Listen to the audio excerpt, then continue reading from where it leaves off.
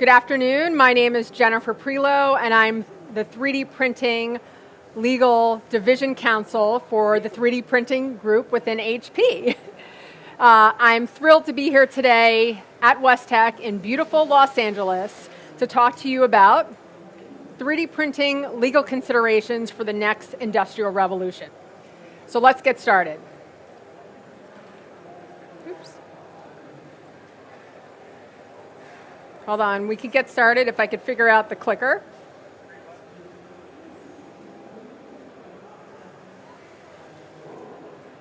There we go. Okay, so being a lawyer, I can't do a presentation without a legal disclaimer.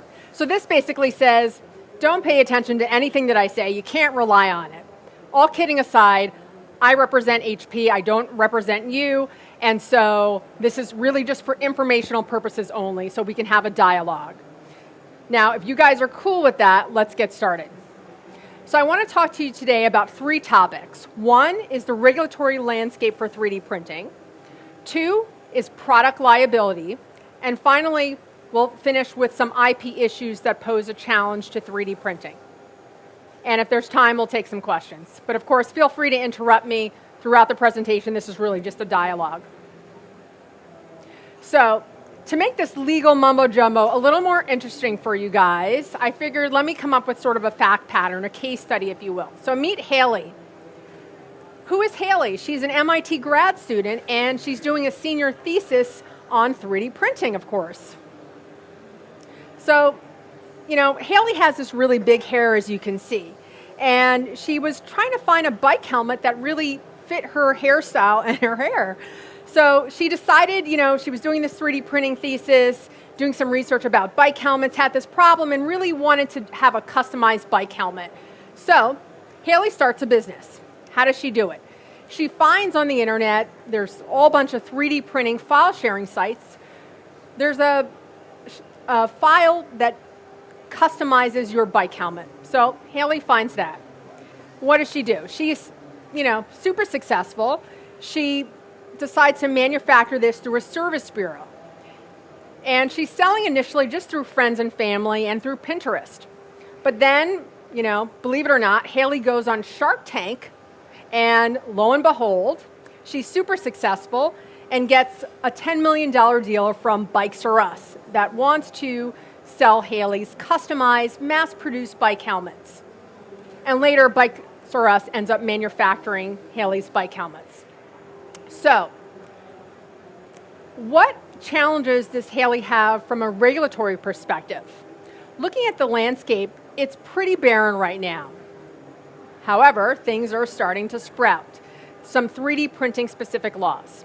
So in the US, the FDA actually has drafted some guidance for manufacturers of 3D printing devices. It's not a law yet, but it's essentially explaining what sort of testing considerations, manufacturing considerations, design considerations these device manufacturers should consider really before they even go talk to the FDA to get approval.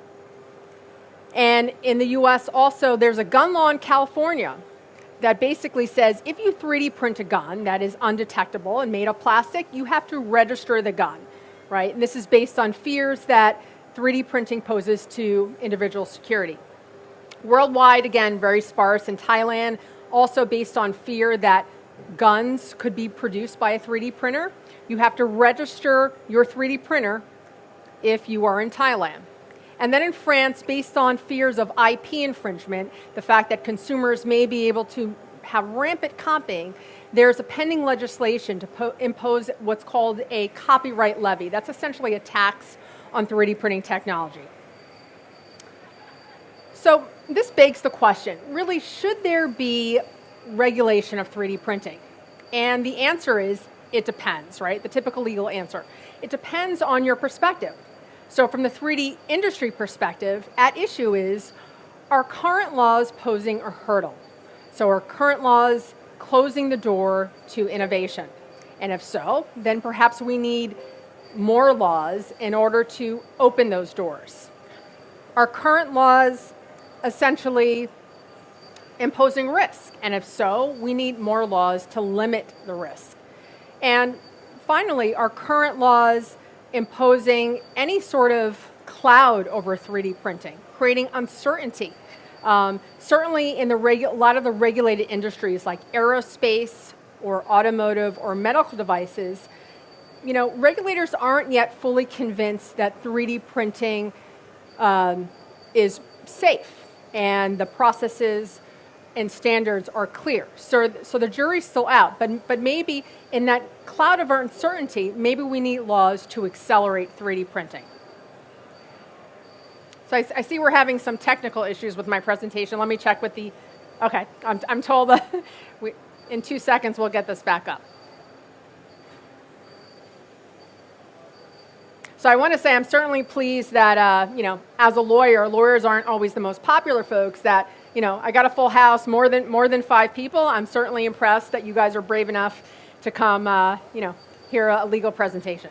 Okay, so getting back to 3D printing regulation, right? From an industry perspective, it really depends on whether there are hurdles to 3D printing, whether, the current state of affairs poses challenges, or maybe we need some accelerators. Like I said, maybe the regulation is really too cloudy and we need clarity really to accelerate the market. But you have to counter that to the flip side of the table.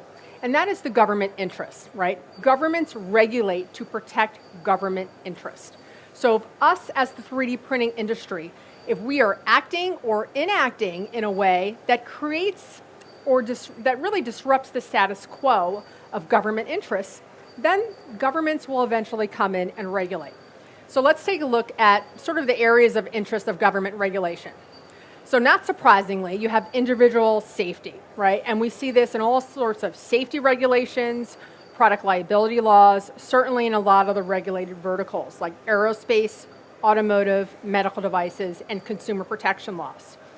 Then we have national security, right? Governments want to protect the entire nation. Arms control laws, gun laws, import-export laws. And finally, domestic economics. We see 3D printing, the Trump administration, for example. Right now, there's a big trend to sort of protecting the domestic economy. So maybe 3D printing has an advantage with this new administration and bringing back some of the jobs locally. And certainly, governments are concerned about tax, IP, and innovation. And finally, the environment we live in. To the extent 3D printing protects or creates sustainability and is more environmental friendly than traditional manufacturing methods, this might be a way to get government interest. So what are the takeaways here? At the end of the day, I think the regulatory landscape will evolve, as is typically the case when you have a new emerging technology, right? The law always has to catch up with technology. But the challenge is, what does this regulatory recipe look like? And, that's a great question. I don't know the answer. So do we regulate at the 3D printing product level?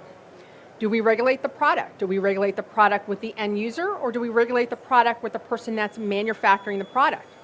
Maybe we are going to regulate all the supplier and component parts of 3D printing. Maybe we're going to regulate the CAD file, the software folks.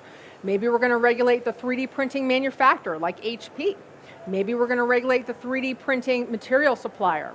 Right, all these are good questions, and the regulators need to work together. At the end of the day, the solution is that the industry needs to work with each other, with all the players in the supply chain, whether you're like HP and the hardware manufacturer, or one of the material suppliers, or an end user customer of 3D printing. We all need to work together as an industry and with the regulators to find basically a creative solution.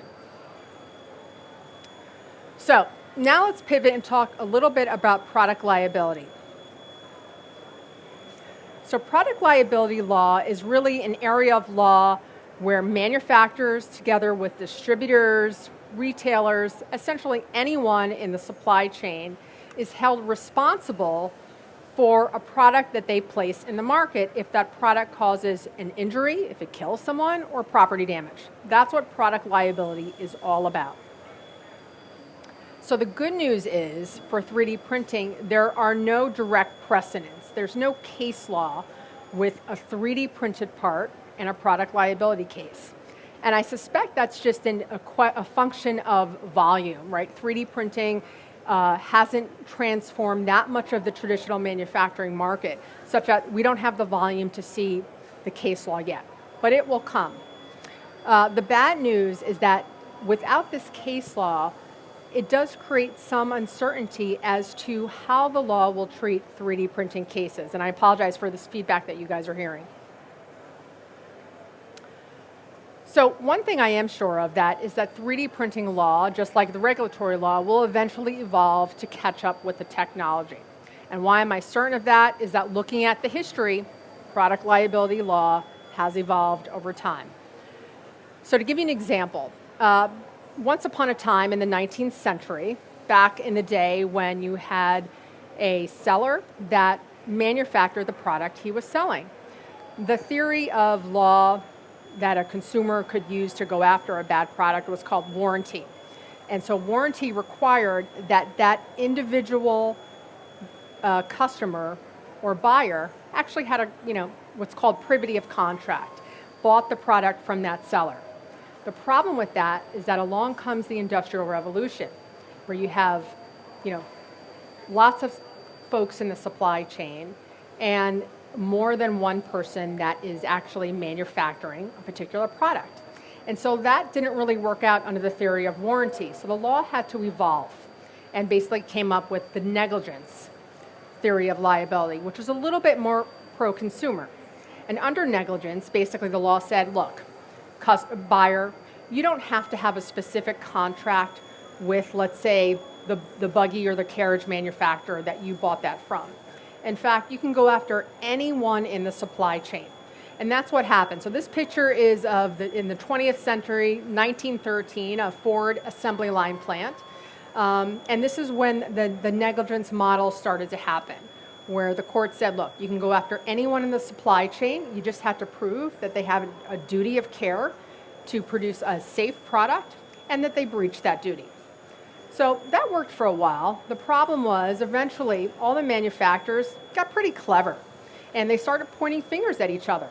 So although a plaintiff was able to go after, the OEM traditional manufacturer, all the component part suppliers, everyone was pointing fingers at each other and saying, hey, you know what? I actually didn't have a duty to provide an unsafe tire. It was that tire guy, and the tire guy would say, oh, well, it was this other component part person.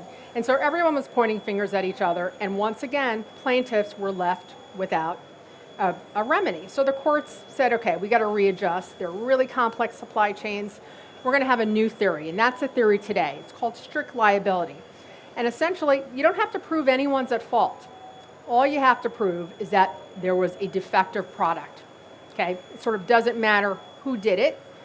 A defective product was put on the market, and anyone in the supply chain can be sued, from the traditional OEM manufacturer to the supplier to the retailer, the distributor, you name all the middlemen in between.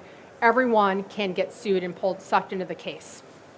And this is really pro-consumer and designed to be fair to these complex supply chains and allow consumer to get a remedy and allow manufacturers really to be more responsible, knowing that anyone and everyone that has anything to do with the part or the product can get sued. So let's take a look about today's product liability law, strict liability. Here's what you need to prove.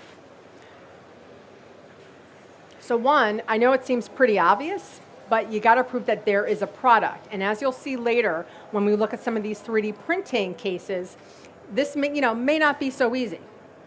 Number two, again, you have to prove that you are a commercial seller. You're not a hobbyist, you're not an occasional seller, you are in the business to produce these products. You have a level of expertise. Then you have to prove the most important element, that there is a defect in the product. And there are three types of defects.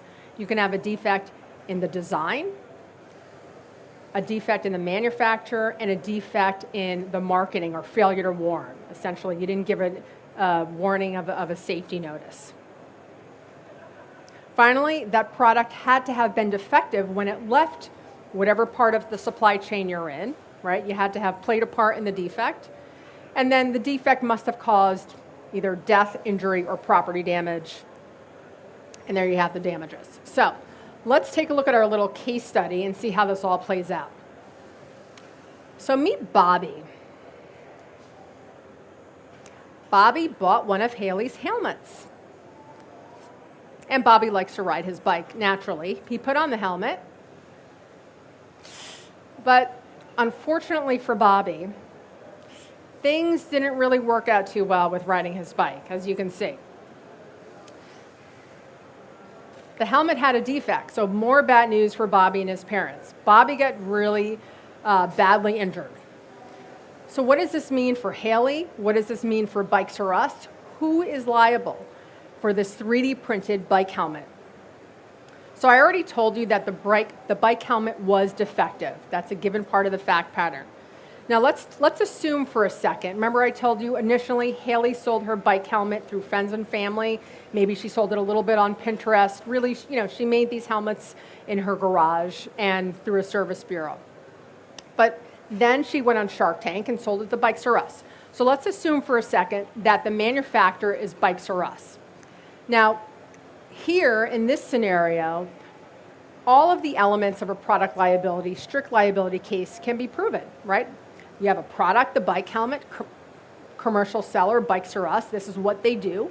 I told you there was a defect in the product. We can make it up, whether it was design, manufacturing, or a failure to warn. It was a defective condition when leaving Bikes R Us. It caused a little boy to get hurt. He fell, and because of the bike helmet, he had a head injury. So all the elements can be proven. Bikes R Us would definitely be on the hook. So for the traditional manufacturer, there's really nothing new when it comes to 3D printing. It's just another type of manufacturing process. Where it gets interesting, though, is when we look at the occasional seller. Somebody like Haley, right, who does this on the side. She's not a bike helmet expert. This is a random project that she did, sold it to friends and family, maybe a little bit on Pinterest, like a hobby, or maybe on eBay. So certainly a bike helmet is a product. But the issue here for Haley and for the plaintiff, for Bobby's parents to overcome, is Haley really is not a commercial seller. So the law does not view, let's say, a kid that has a lemonade stand, when you have a garage sale, the law doesn't view that as you being a commercial seller. So you really cannot get it'll be hard for a plaintiff to get a product liability suit against Haley because they can't prove this element here. All the other elements they'll be able to prove. Yes, the product was defective. It was defective condition when leaving, after Haley made it. But that's the problem, because the 3D printing enables the democratization of manufacturing. When you have occasional sellers, it sort of disrupts the law. Now let's assume for a second, we're crossing out the Bikes R Us. Let's assume that Haley made this through a service bureau. Now, is the service bureau liable? So the issue here is,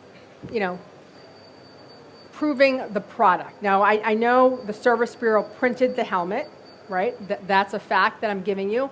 But the service bureau is going to argue to the judge and to the jury, hey, we don't really make products, right? That's not what we do. We don't know anything about bike helmets. We're a service bureau. We just provide a printing service. And so there is no product, therefore we can't be liable for a product liability case. We don't make products, we provide a printing service. That's their argument. I don't know whether or not that is viable or not. And again, it's a cloud as to whether a service bureau will be liable. Then again, they're going to also argue in terms of the product defect. Look, judge, there are 3 types of defects: design, manufacturing, and failure to warn. We didn't design this. Somebody sent us the design. We have nothing to do with that. If it's a manufacturing defect, they're going to say, look, manufacturing, yes, we printed it, but we don't control quality control. We're really not the manufacturer. Again, we provide the service. So these are all really problems for a plaintiff like Brett's parents to prove against the service bureau. And I really don't know the answer. Like I said, there is no precedent case law. Let's see who else is in play. Who else do we have? Perhaps the CAD file provider. So I think, as I told you, part of the fact pattern is, Haley got the digital file from some random file sharing website. So one issue is, are you going to be able to find, whoever created the file? I don't know. Number 2, from, the CAD file provider's perspective, They're arguing, look, software is not a product. It's intangible when it comes to product liability law.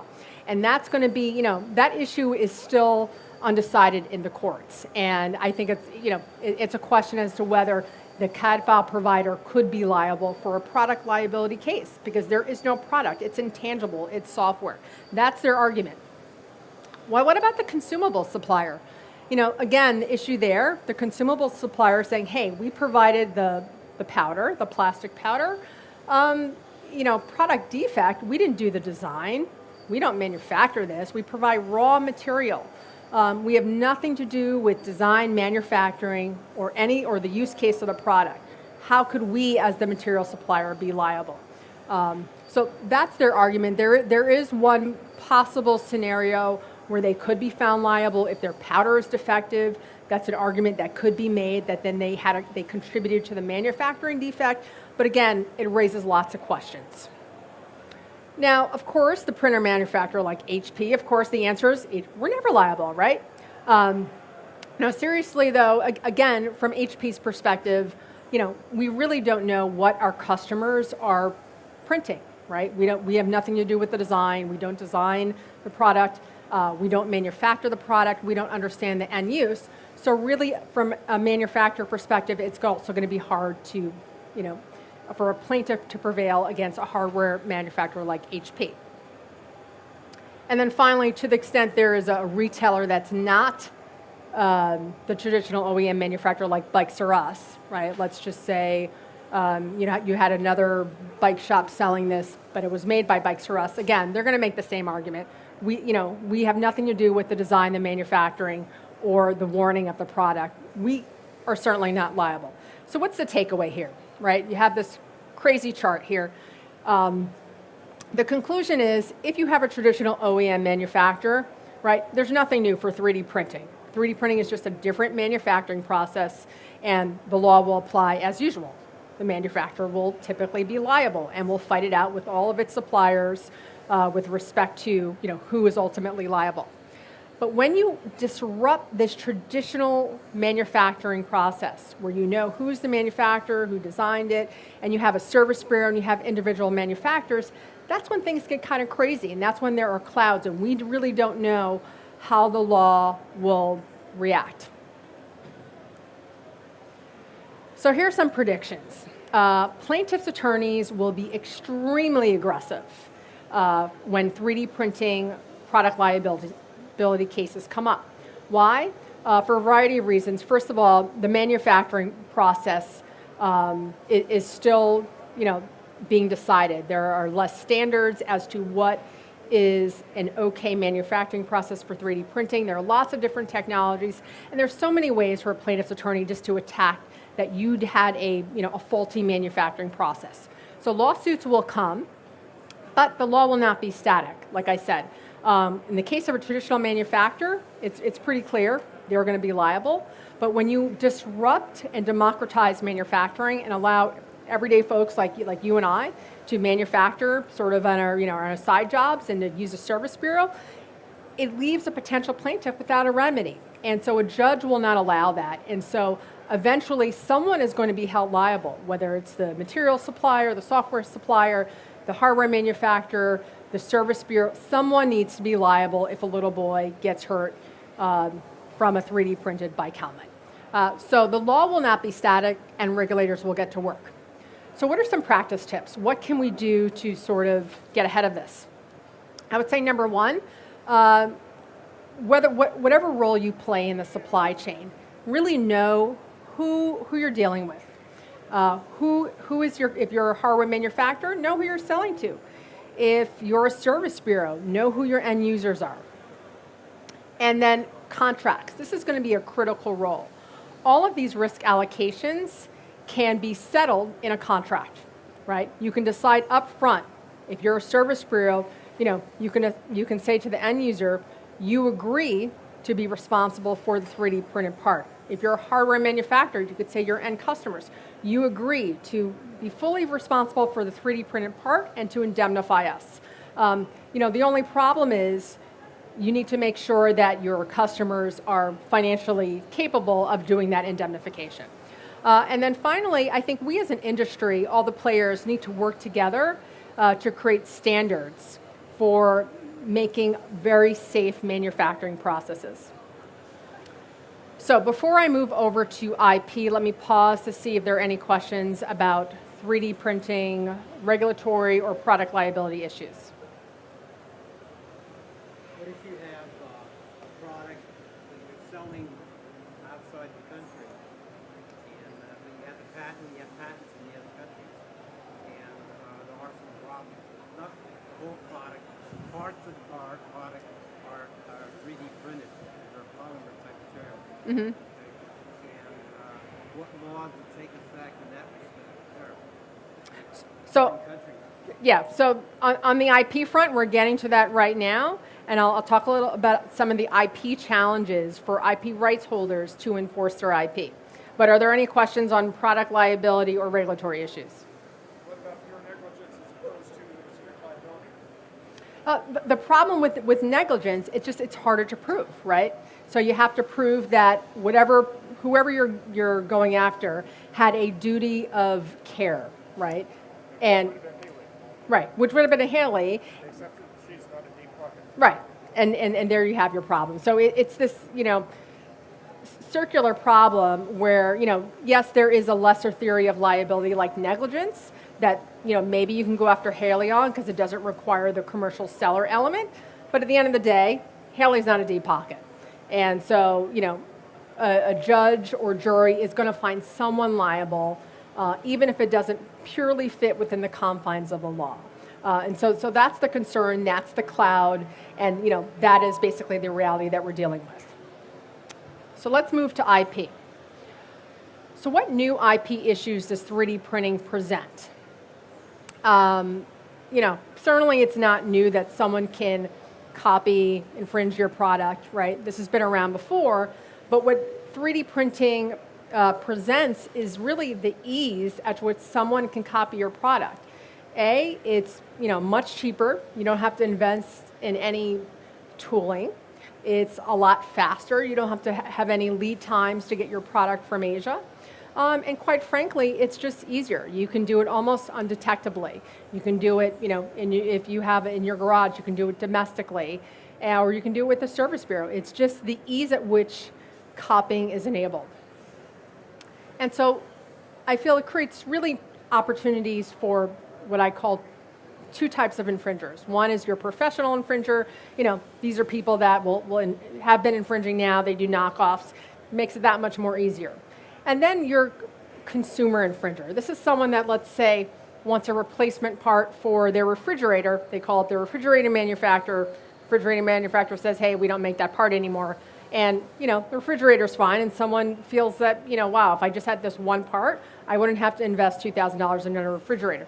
So it creates a opportunity for do-it-yourselfers or folks to make personal infringement or minimal distribution uses.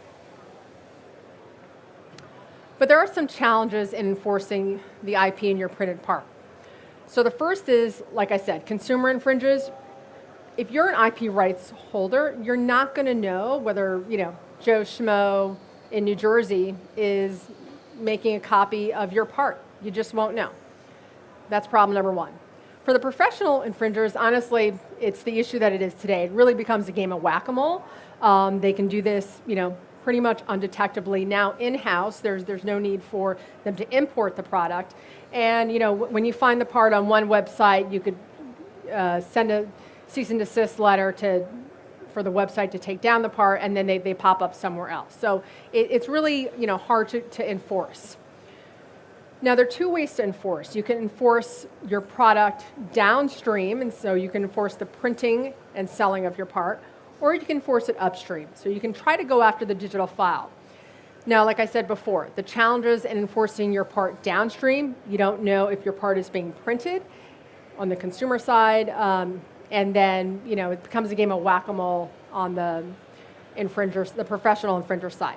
Now upstream, the problem is copyright and patent law really are not a great solution for enforcing your digital file, and I'll explain to you why in just a second. So let's talk a little bit about copyright law. Copyright law covers aesthetic, non-utilitarian parts of sculptural works or parts. It could also cover the digital file and the 3D printed part itself, so the functional part or whatever the sculptural part that you're printing, as well as the digital file. They're completely separately copyrightable. And you remember that if a part is functional, it's not copyrightable, right? Copyright is all about creative, non-utilitarian parts. Now, when you get to 3D printing, honestly, unless you're printing Mickey Mouse or some other, super creative figurine, most of the parts are going to be functional. So that creates a little bit of a twist. One more thing is that when the file is copyrightable, there are some enforcement mechanisms that we'll talk about. It's the DMCA, the Digital Millennium Copyright Act, and that allows you to go to websites that are selling your digital file and get them to take down the file. Now again, the DMCA requires that your file is copyrightable. So let's look about some of the copyright challenges. So your digital file that you think you may have IP rights in is only enforceable, honestly, if your part is creative. And, so let's just say you have a standard widget. Your part's not going to be creative. It may not be copyrightable. If it is copyrightable from a digital file perspective, the copyright is going to be so minimal that copyright may not be a great option for you to enforce your file. So here's just a summary. If you have a creative part, the digital file will always be copyrightable. If you have a truly functional part, it really depends on how that file was created. If the infringer just scanned your part, you're kind of out of luck. There's no way for you to enforce the file. If the infringer basically, took a CAD file and just sort of copied your file, again, if you have a functional part, the copyright is super limited. Now let's talk about patent law. Patent law also imposes challenges for enforcing your IP rights in the digital file. That's what we're talking about. So with respect to direct infringement, as I explained to you, direct infringement basically requires that someone has printed your part or they're selling your part. But the problem, as I explained, is we're oftentimes not going to know who these direct infringers are. So that's one problem. And honestly, going after random consumer infringers is not going to be, very, very productive. So then what about indirect infringement, right? So going after someone that is contributing or inducing to the direct infringement, right? So arguably, if you have a digital file, that's contributing to direct infringement because you're allowing someone to print the file. The problem here is that to prove indirect infringement, you got to prove two things. One, you have to prove direct infringement, and we already explained direct infringement is a problem because you're not going to know who's printing your file. And then number two, you're going to have to prove that the digital file owner or the owner of the digital file site actually knew that your file was protected by patent. And those are pretty high burdens. So patent law also poses challenges.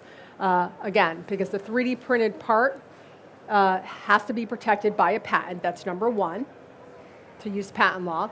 And the 3D digital file has to be basically distributed or sold by someone who has specific knowledge of the patent. That's going to be extremely hard to prove for one of these digital file sites. I mean, they may think the digital file that's producing a part is patented, but so they're certainly not going to know of the specific patent, and that's one of the requirements. And then finally, like I said, you have to prove direct infringement to prove indirect infringement. Again, this is part of the problem. Finding these direct the infringers is extremely problematic. So patent law, again, not a great option for stopping the upstream copying of your file, right? That's what this is all about. Copyright, not a great option. The reason why, most of the parts are not going to be copyrightable, so the protection is limited. And patent law, again, not a great option. So where does that leave us? What are some practical solutions for enforcement? Technical protection measures. So under the Digital Millennium Copyright Act, if you can use any kind of technical protection measure, so think of that as You're on iTunes, you rent a movie, and it allows you to view it just one time, right? That's a technical protection measure that's in that software that allows one-time viewing. If the owners of the digital files can work together with the CAD file software providers and the 3D printing hardware providers and HP, we're currently working on this with our 3MF file technology.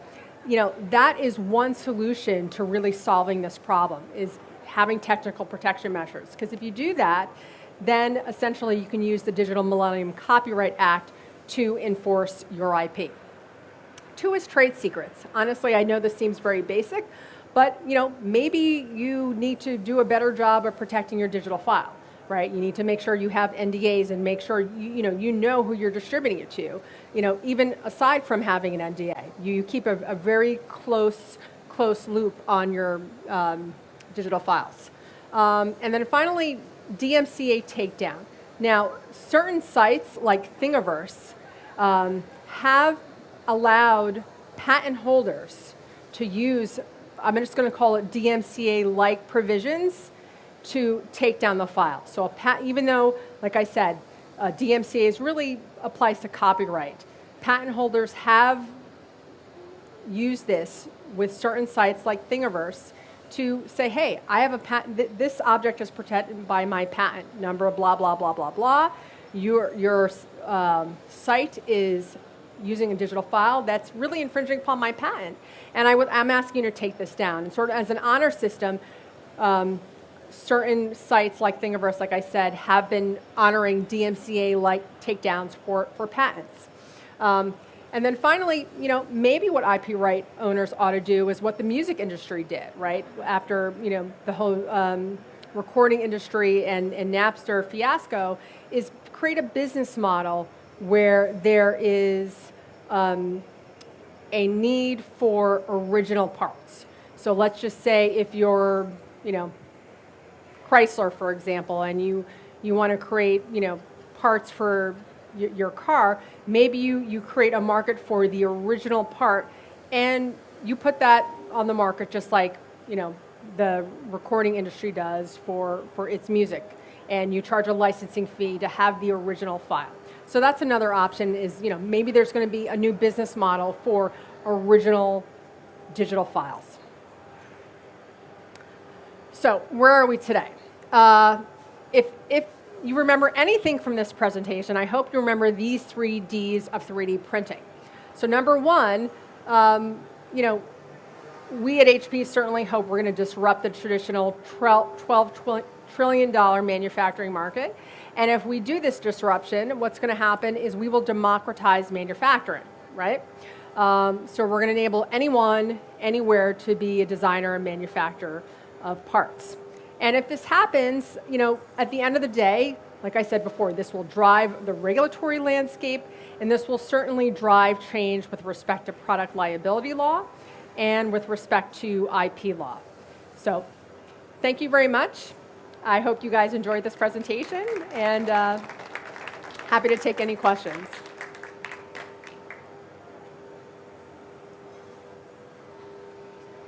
I gathered there really there's no case law like you're indicating, so you can't really look at anything as far as any infringements or anything like that at all. So it's an open ballgame.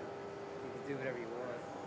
You're talking about IP infringement? I'm talking about printing out some parts that you're going to use, okay, and go out in the market internationally. If you print out a part and that part is protected by either a copyright or a patent, that's infringement. That's different, yeah. Right. But you design it, but it looks like another one, but you came up with your own dimensions and so forth. So they'd have to prove that you took it from their design.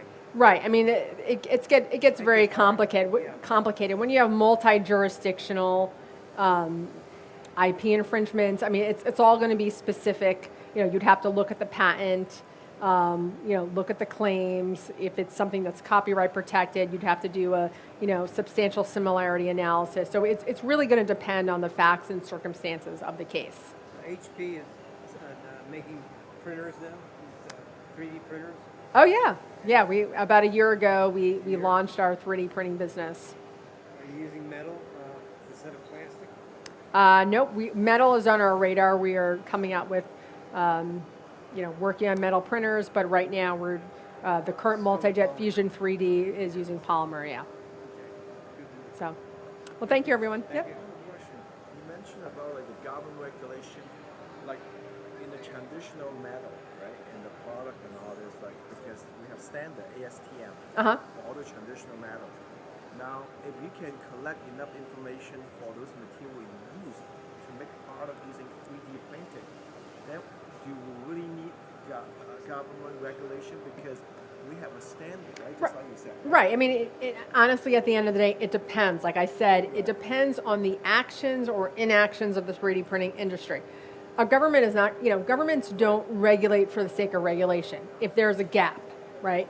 If the industry is basically, being very irresponsible and, there are no kind of standards, the manufacturing process is, fraught with all kinds of safety issues, governments are going to step in, right? And so it's really depending on, It seems to me that we're waiting something happen, and then the government step in. Is everything is peaceful? Then, right. So typically governments are, it's not surprisingly, knee-jerk, right? They do knee-jerk reactions. So, they react to a need. They're typically, behind the ball in technology.